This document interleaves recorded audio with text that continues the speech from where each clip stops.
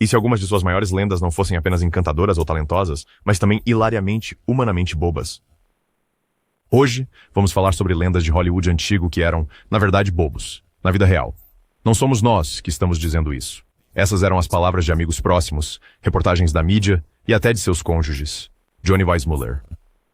Antes de Hollywood descobri-lo, Johnny Weissmuller era um nadador olímpico recordista com 5 medalhas de ouro e uma de bronze. Em 1932, a MGM entregou-lhe a corda e o escalou como Tarzan, transformando seu grito primal em sucesso de bilheteria. Mas quando as câmeras paravam de filmar, a inteligência de Weissmuller, ou a falta dela, tornou-se uma piada corrente na indústria. De acordo com relatos dos estúdios, Weissmuller frequentemente tinha dificuldade para ler roteiros e memorizar falas. O diretor W.S. Van Dyke supostamente simplificava as cenas para ele, optando por ação em vez de diálogo. Ele era famoso por improvisar com grunhidos ininteligíveis quando esquecia suas falas. Nós apenas o deixávamos balançar, comentou um membro da equipe em um perfil de 1940 na Variety. Ele era melhor com a corda do que com o roteiro. Apesar de ganhar uma renda substancial, Weissmuller tomou decisões financeiras desastrosas. Ele investiu em hotéis mal-sucedidos e negócios extravagantes, incluindo uma tentativa bizarra de lançar uma cadeia de restaurantes temáticos de Tarzan. Na década de 1960, ele estava falido. Em entrevistas, amigos o descreviam como afável, mas incrivelmente ingênuo. Sua vida pessoal refletia a mesma tendência impulsiva. Casado 5 vezes, ele uma vez propôs casamento a uma mulher que conheceu em um clube na noite anterior. Mesmo seus últimos anos foram marcados por confusão.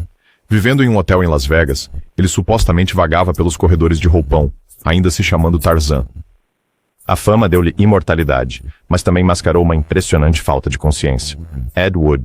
Nenhuma conversa sobre más decisões em Hollywood está completa sem Edward Davis Wood Jr. Um cineasta por paixão e autoproclamado gênio, Wood tinha uma imaginação maior do que qualquer orçamento de estúdio, mas absolutamente nenhuma ideia de como executá-la.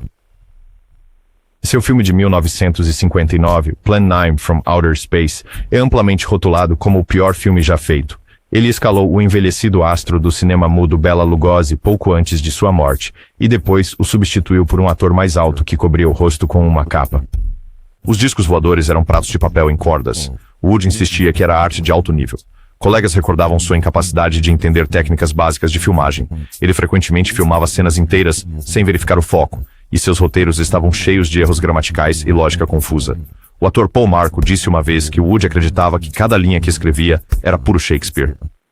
Em Nightmare of Ecstasy, uma biografia de Rudolph Gray, Wood é descrito como infinitamente otimista e delirante, convencido de que seus fracassos estavam à frente de seu tempo.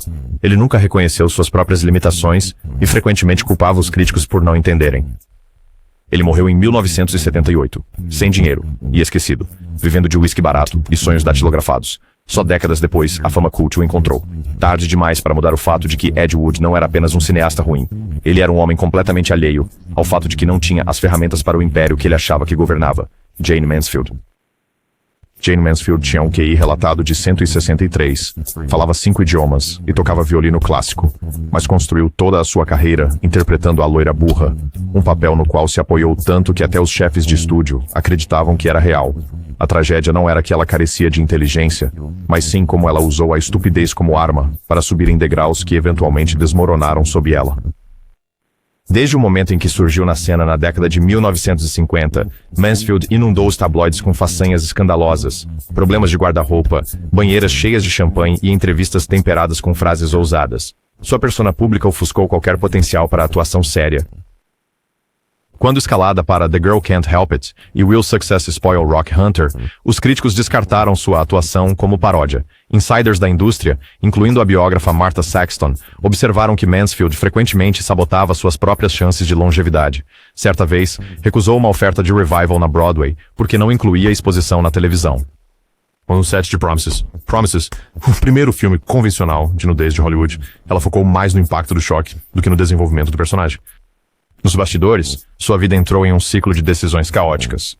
Seu casamento com o fisiculturista Mickey Hargitay terminou em amargas batalhas judiciais. Ela se alinhou com figuras marginais, incluindo Anton LaVey, da Igreja de Satanás, e se cercou de acrobacias publicitárias questionáveis. No auge de sua fama, ela apareceu em uma série de filmes europeus de baixo orçamento com roteiros incoerentes e pouca direção. A morte acidental de Mansfield em 1967 selou sua imagem na memória pública, não como uma mulher brilhante aprisionada pelo sistema, mas como uma fábula de advertência de uma atriz que se entregou tanto ao papel de loira burra que não conseguiu escapar quando começou a afundar Wallace Beery. O Wallace Beery foi um dos astros mais lucrativos da MGM durante a década de 1930, dominando a tela com seu charme rude e presença imponente. Ele ganhou um Oscar por The Champ em 1931. No entanto, entre os insiders, murmurava-se não sobre sua variedade de atuação, mas sobre suas limitações intelectuais e temperamento violento. O comportamento de Beery no set tornou-se infame. Os diretores frequentemente reclamavam de sua incapacidade de seguir direções nuançadas. Seus roteiros eram frequentemente reescritos para eliminar profundidade emocional ou frases complicadas. De acordo com os registros da MGM, citados em The Fixers por E.J. Fleming, Beery memorizava falas foneticamente, sem entender verdadeiramente as palavras. Joan Crawford detestava trabalhar com ele. Ele era cruel, estúpido e arrogante. Ela supostamente disse a um amigo após suportar seu bullying durante as filmagens de Grand Hotel. Outros atores, incluindo Jack Cooper, lembraram-se de ter sido fisicamente machucados pela improvisação imprudente de Beery durante as cenas. Em uma entrevista, Cooper revelou que Beery o beliscava para fazê-lo chorar diante das câmeras. Fora das câmeras, as decisões de Beery beiravam o absurdo. Ele investiu em fazendas de avestruzes e lojas de doces de novidades, insistindo que se tornariam a próxima corrida do ouro. Quando solicitado a falar sobre assuntos políticos em um evento do estúdio, ele supostamente respondeu: "Não tenho tempo para esse tipo de pensamento." Mesmo no auge, os executivos o consideravam difícil e intelectualmente limitado. Apesar do seu sucesso, poucos o viam como mais do que um briguento confiável nas telas, um ator que garantia retornos nas bilheterias, mas que exigia manejo cuidadoso, roteiros simplificados e uma distância segura para evitar confrontos. O legado de Wallace Beery perdura na história do cinema, mas não por causa de intelecto ou perspicácia. Em vez disso, porque a força bruta às vezes é confundida com carisma. George Raft. George Raft tinha a aparência, a voz e a destreza das ruas que epitomizavam o cinema de gangster dos anos 1930. Ele era Humphrey Bogart antes de Bogart ser uma estrela, mas enquanto Bogart ascendeu, Raft repetidamente, quase comicamente, atirou no próprio pé. Não por falta de oportunidade, mas por fazer algumas das piores escolhas de carreira na história de Hollywood. Nascido em Hell's Kitchen, as conexões reais de Raft com o crime organizado o ajudaram a conseguir seus primeiros papéis. Ele sabia dançar, dar um soco e usar um chapéu fedora como se tivesse nascido com um. Mas de acordo com várias biografias, incluindo A Vida de Gangster de Louis Jablonski, Raft tinha pouco interesse em roteiros e raramente os lia completamente. Ele selecionava papéis com base em quão durão o cara parecia, chegando a rejeitar um papel importante porque soava como um mariquinha. Ele ficou famoso por recusar o Falcão Maltês, um papel que transformou Bogart em uma estrela. Ele rejeitou Casablanca, pensando que era um estranho pequeno filme de guerra. E quando lhe ofereceram Pacto de Sangue, ele recusou, desconfortável com a ambiguidade moral. Os chefes de estúdio ficaram exasperados. Um memorando da Warner Brothers em 1942 descreveu Raft como consistentemente não cooperativo e alarmantemente míope. As associações pessoais de Raft apenas aprofundaram a narrativa de sua imprudência. Ele mantinha amizades próximas com mafiosos como Bugsy Siegel e Frank Costello, frequentemente perdendo seu dinheiro em cassinos clandestinos. Quando pressionado sobre suas escolhas, Raft deu de ombros, dizendo: "Eu vou com o que eu sei." Sua carreira desapareceu tão rapidamente quanto ascendeu, superada pelos próprios atores que aceitaram os papéis que ele recusou.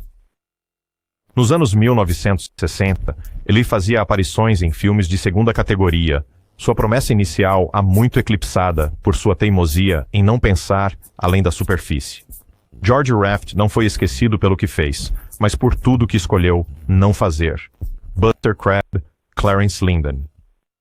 Buster Crabbe foi o garoto de ouro da América em 1932, ganhando uma medalha de ouro nos 400 metros estilo livre nos Jogos Olímpicos de Verão.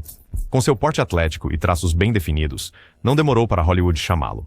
Ele se tornou um herói em séries de cinema: Tarzan, Flash Gordon, Buck Rogers. Mas por trás da fachada de herói de ação, estava um homem que nunca entendeu completamente a máquina da indústria que o criou. Crabbe admitiu em entrevistas posteriores que nunca leu scripts completos. Ele se concentrava em acrobacias, não em arcos de personagens.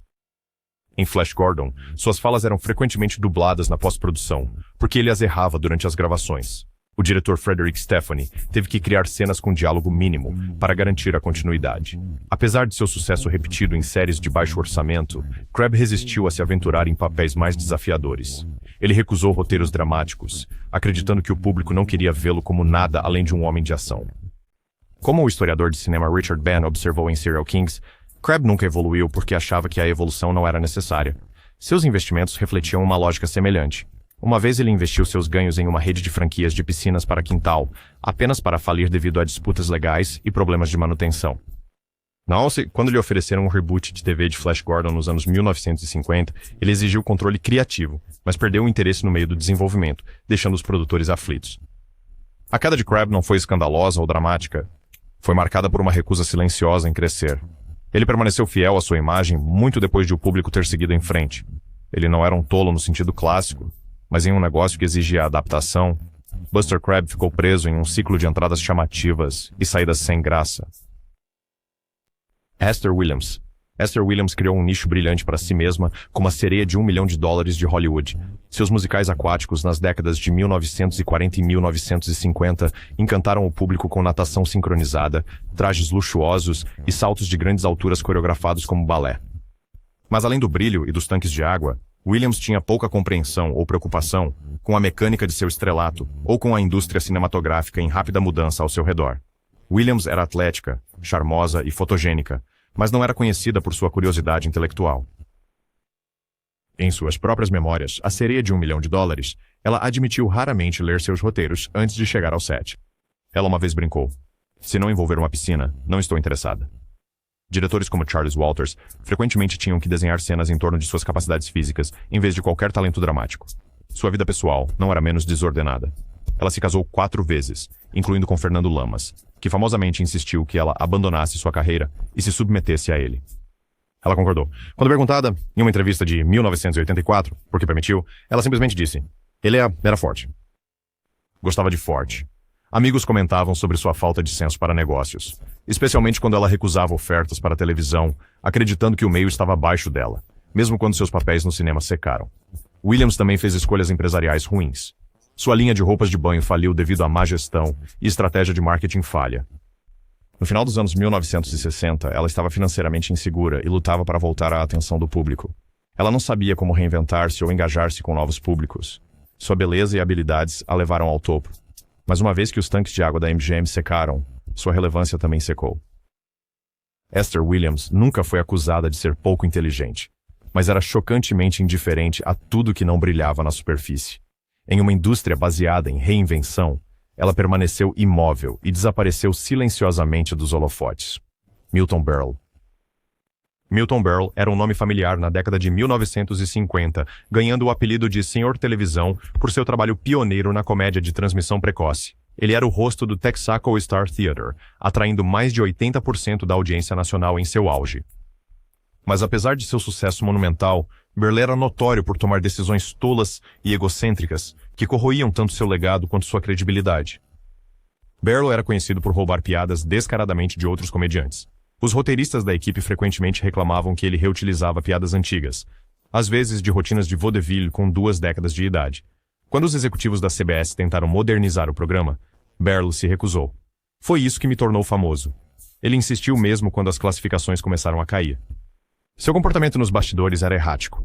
Biógrafos, incluindo Gerald Nachman em Seriously Funny, detalham como Berle exigia aprovação sobre roteiros que ele não lia e demitia roteiristas por capricho. Seus instintos frequentemente estavam errados. Ele recusou múltiplas mudanças inovadoras de formato e se recusou a dividir o palco com medo de que outros comediantes pudessem roubar seu brilho. Berle também tomou decisões de negócios desconcertantes. Ele recusou um contrato de filme lucrativo com a MGM porque não queria reduzir suas aparições em boates, perdendo assim a chance de transitar para o cinema. Em 1960, ele investiu em uma série de clubes de comédia com seu nome, mas se recusou a visitar qualquer um deles, e todos faliram em 2 anos. Apesar de seu papel pioneiro na televisão, Berle tornou-se uma relíquia. Ele nunca compreendeu o humor em mudança dos anos 1960 e 70. Quando ele finalmente concordou em fazer participações especiais nos anos posteriores, suas piadas eram vistas como desatualizadas e dolorosamente antiquadas. Milton Berle ajudou a construir a base da comédia na televisão, mas não conseguiu entender que manter-se no topo significava aprender, adaptar-se e, às vezes, ceder espaço. Ele nunca fez isso. Frank Fay. Frank Fay foi uma vez considerado um dos maiores comediantes de palco da América. Seu timing, controle de voz e domínio das plateias ao vivo durante a década de 1920 lhe renderam destaque no vaudeville e na Broadway. Mas, por trás da cortina, Fay era um T, combinação tóxica de arrogância, preconceito e espantosa ignorância social. Ele não apenas descarrilou sua própria carreira, mas também alienou uma indústria inteira que antes o reverenciava. O sucesso de Fay o fez acreditar que era intocável. Nos seus primeiros dias na Warner Bros., memorandos do estúdio notaram como ele era difícil de dirigir.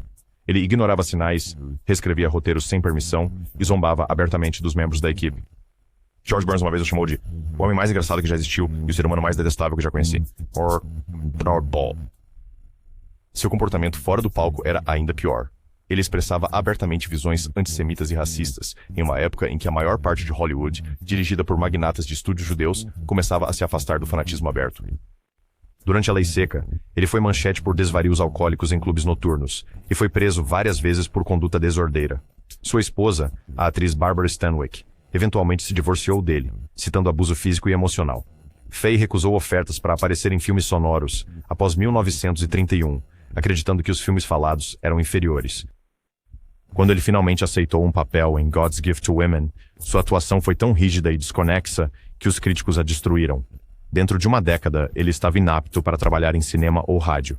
Biógrafos como Nick Tosches apontam Fay como uma figura trágica, não porque lhe faltasse talento, mas porque ele se recusava a ver além de seu próprio reflexo.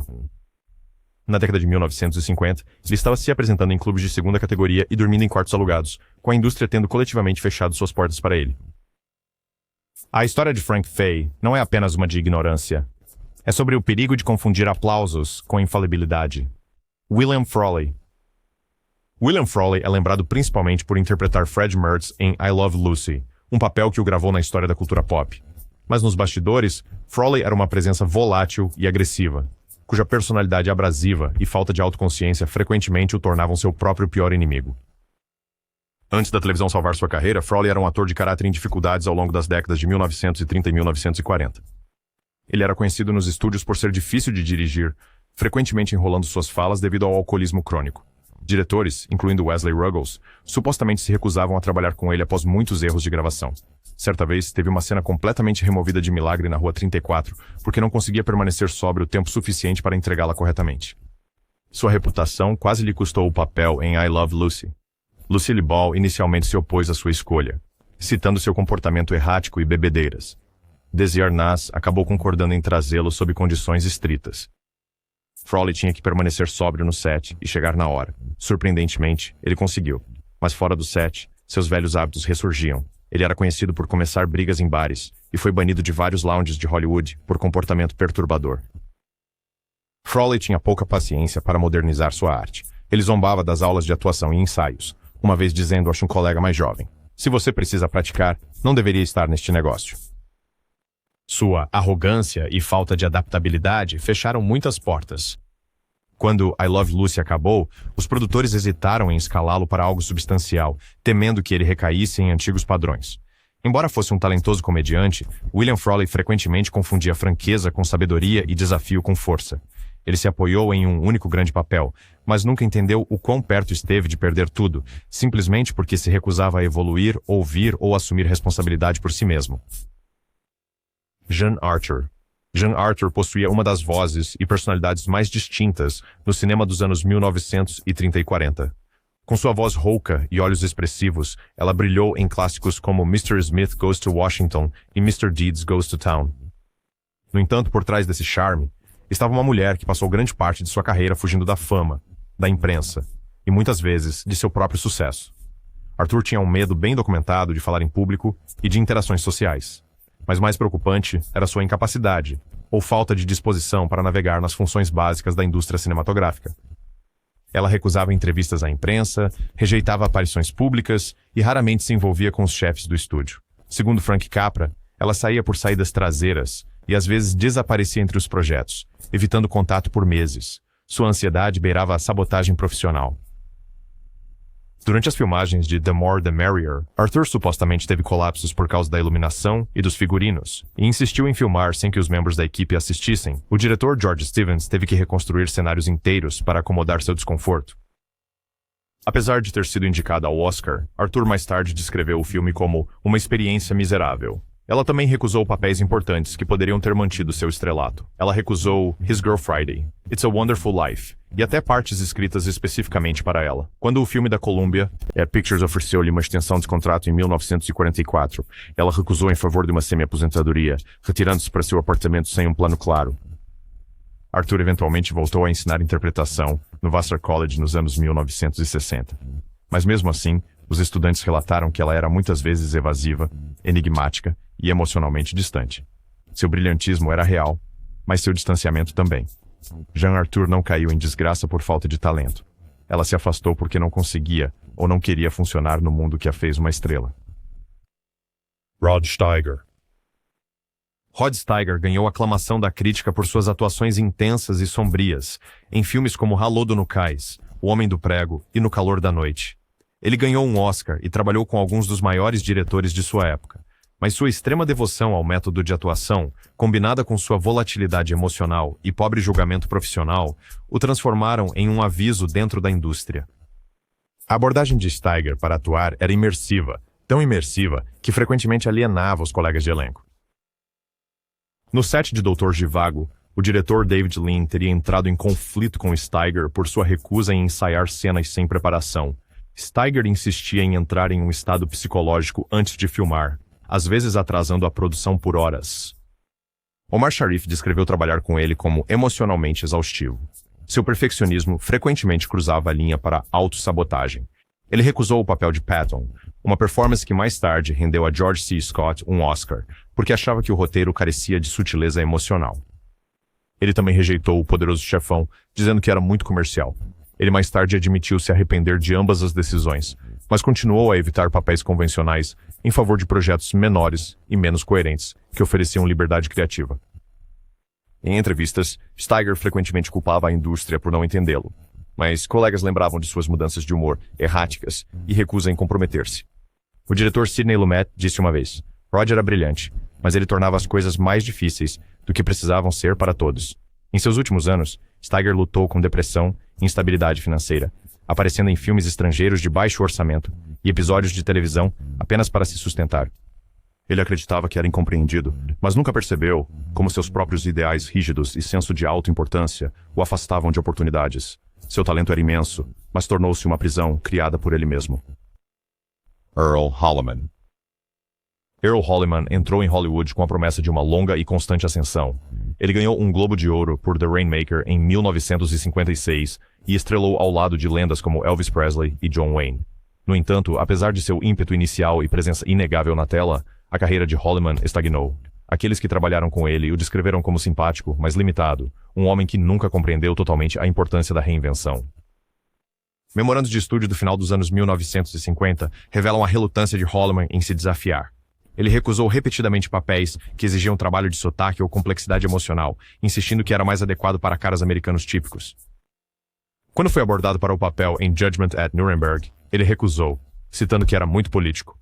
O papel acabou ficando com William Shatner. Suas escolhas de atuação refletiam um padrão de jogar seguro. Os diretores se frustraram com sua resistência à direção. Richard Fleischer, que dirigiu Holliman em The Trap, comentou mais tarde que ele não era difícil, apenas não se desafiava. Holliman evitou papéis no teatro, recusou-se a treinar dialetos e fez poucas aparições fora do gênero de faroeste ou guerra. Fora das telas, suas decisões de negócios foram igualmente superficiais. Ele investiu a maior parte de seus ganhos em um empreendimento de restaurante em Burbank, que falhou em 3 anos devido à má gestão. Ele recusou oportunidades na televisão no início dos anos 60, acreditando que os papéis no cinema sempre viriam ao seu encontro. Enquanto Holliman continuou trabalhando em pequenos papéis até a década de 1980, sua presença diminuiu a cada ano que passava. Ele nunca foi desgostado, nunca foi envolvido em escândalos, mas também nunca cresceu. Em uma cidade que recompensa o risco, Earl Holliman construiu uma carreira na previsibilidade e a viu desaparecer silenciosamente. Peter Lorre. Peter Lorre foi um dos rostos mais distintivos do cinema, olhos esbugalhados, voz suave, com uma presença de tela assustadora que o tornou inesquecível em papéis como M e Relíquia Macabra. Mas as próprias peculiaridades que o destacavam também o enclausuraram em um canto estreito de Hollywood. Apesar de sua inteligência e sagacidade, Laurie fez escolhas surpreendentemente limitadas, muitas delas guiadas mais pela insegurança do que pela ambição. Laurie chegou a Hollywood na década de 1930, após fugir da Alemanha nazista. Fluente em várias línguas e com formação clássica, ele, no entanto, aceitou qualquer papel que aparecesse, aterrorizado pela possibilidade de desemprego em uma nova terra. Ele rapidamente se tornou tipo Sam Major. Elenco como um vilão, louco ou excêntrico estrangeiro. Quando oferecido papéis mais convencionais, ele frequentemente os rejeitava, acreditando que o público não o aceitaria fora das sombras. Ele abertamente ressentia a indústria, mas se recusava a desafiá-la. O diretor John Huston uma vez lhe ofereceu um papel dramático que teria reformulado sua imagem, mas Laurie o recusou, dizendo que não queria confundir as pessoas. Em Roundup, The Usual Suspects, o biógrafo Donald Spott observa que o maior inimigo de Laurie não era Hollywood, mas sim sua própria falta de confiança. Ele também fazia escolhas pessoais desconcertantes. Viciado em morfina durante a década de 1940, Laurie esgotou suas finanças com pílulas e curandeirismo médico. Ele raramente negociava seus contratos, permitindo que os estúdios o pagassem muito abaixo de seus colegas de elenco. Em um ponto, ele pediu dinheiro emprestado de Boris Karloff para evitar a expulsão de seu apartamento em Hollywood. Laurie não era tolo. Sua inteligência era amplamente reconhecida por colegas, mas ele tinha uma profunda insegurança sobre seu valor e deixou que esse medo o mantivesse preso nos mesmos papéis, nas mesmas histórias e, em última análise, na mesma obscuridade silenciosa. Peter Lorre tinha a mente de um filósofo e o coração de um fantasma, vagando por um sistema que nunca ousou desafiar. Marlene Dietrich.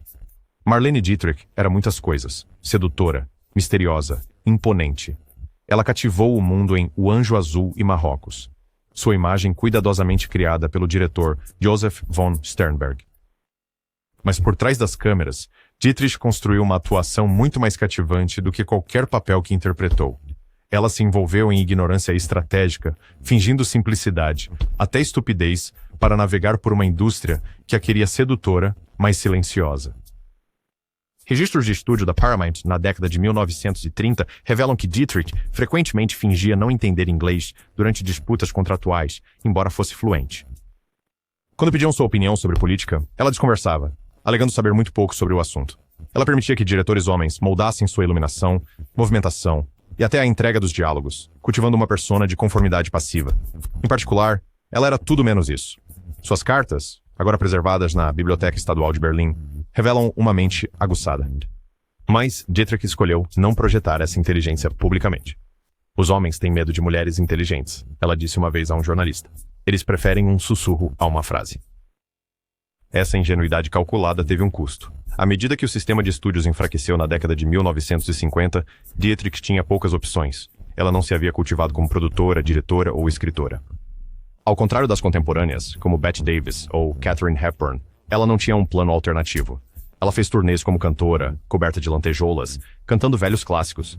Mas o mundo do cinema havia seguido em frente. Dietrich não era burra, mas permitiu ser subestimada para sobreviver, e, ao fazer isso, limitou o próprio legado. Ela jogou a longo prazo, mas ao jogar pelo seguro, sacrificou seu pleno potencial. O que restou foi a máscara, bonita, misteriosa e tragicamente unidimensional.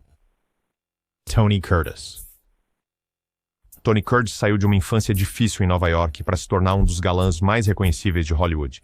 Com sua aparência de ídolo de matinê e presença magnética na tela, estrelou clássicos como Sweet Smell of Success e Some Like It Hot. Mas por trás do carisma, Curtis era frequentemente criticado pela superficialidade, tanto em atuação quanto na vida. Os diretores frequentemente notavam que Curtis tinha dificuldade com material complexo. Billy Wilder certa vez disse que precisava extrair a atuação dele quadro a quadro. Seus primeiros anos foram definidos por papéis triviais e projetos de vaidade. E mesmo no auge da sua fama, Curtis admitiu que não tinha interesse nos bastidores da indústria cinematográfica. Nunca li os roteiros até o fim, ele disse a um repórter em 1960. Ele cometeu frequentes equívocos em entrevistas, uma vez referindo-se a Laurence Olivier como aquele cara inglês que grita muito. Curtis também recusou vários papéis sérios que poderiam ter elevado seu status, escolhendo, em vez disso, projetos que ressaltavam aparência em vez de conteúdo. Seus relacionamentos também eram igualmente impulsivos. Casou-se 6 vezes, muitas vezes após romances relâmpagos, e chamou a atenção por comportamentos erráticos e fúteis. Tony Curtis tinha talento natural e charme inegável, mas faltava-lhe introspecção ou disciplina para aproveitá-los para uma grandeza a longo prazo. Guy Madison. Guy Madison, nascido Robert Mosley, foi descoberto enquanto trabalhava como instalador de linhas telefônicas na Califórnia. Um olhar para suas feições esculpidas e ele foi levado ao estrelato pelo agente Henry Wilson. Mas a ascensão de Madison à fama não foi acompanhada por habilidade de atuação ou astúcia profissional. Ele se tornou o garoto propaganda para atores que dependiam unicamente da aparência, sem ter sequer os instintos básicos para navegar em uma carreira de estúdio. Os críticos ficaram consistentemente desapontados com suas performances. Until the end of Areia do Tempo e The Charge at Feather River, a entrega de falas de Madison foi descrita como inexpressiva, suas expressões faciais vazias. O diretor William Castle observou que Madison tinha a personalidade de uma estante, acrescentando que foram necessárias várias tomadas apenas para capturar cenas aceitáveis. Apesar disso, ele se tornou um ídolo adolescente durante os anos 50. Pessoas de dentro do estúdio reconheceram que ele era fotogênico e maleável, mas admitiram que ele não tinha ambição além de aparecer e acertar as marcas. Ele era conhecido por perguntar aos produtores para qual lado deveria olhar para a câmera, mesmo em seu quarto filme. Madison também fez movimentos financeiros bizarros ao comprar um rancho em Wyoming sem equipe ou plano de rendimentos. Rapidamente falhou. Na década de 1960, sua carreira havia murchado e ele foi reduzido a filmes europeus dublados e westerns de baixo orçamento.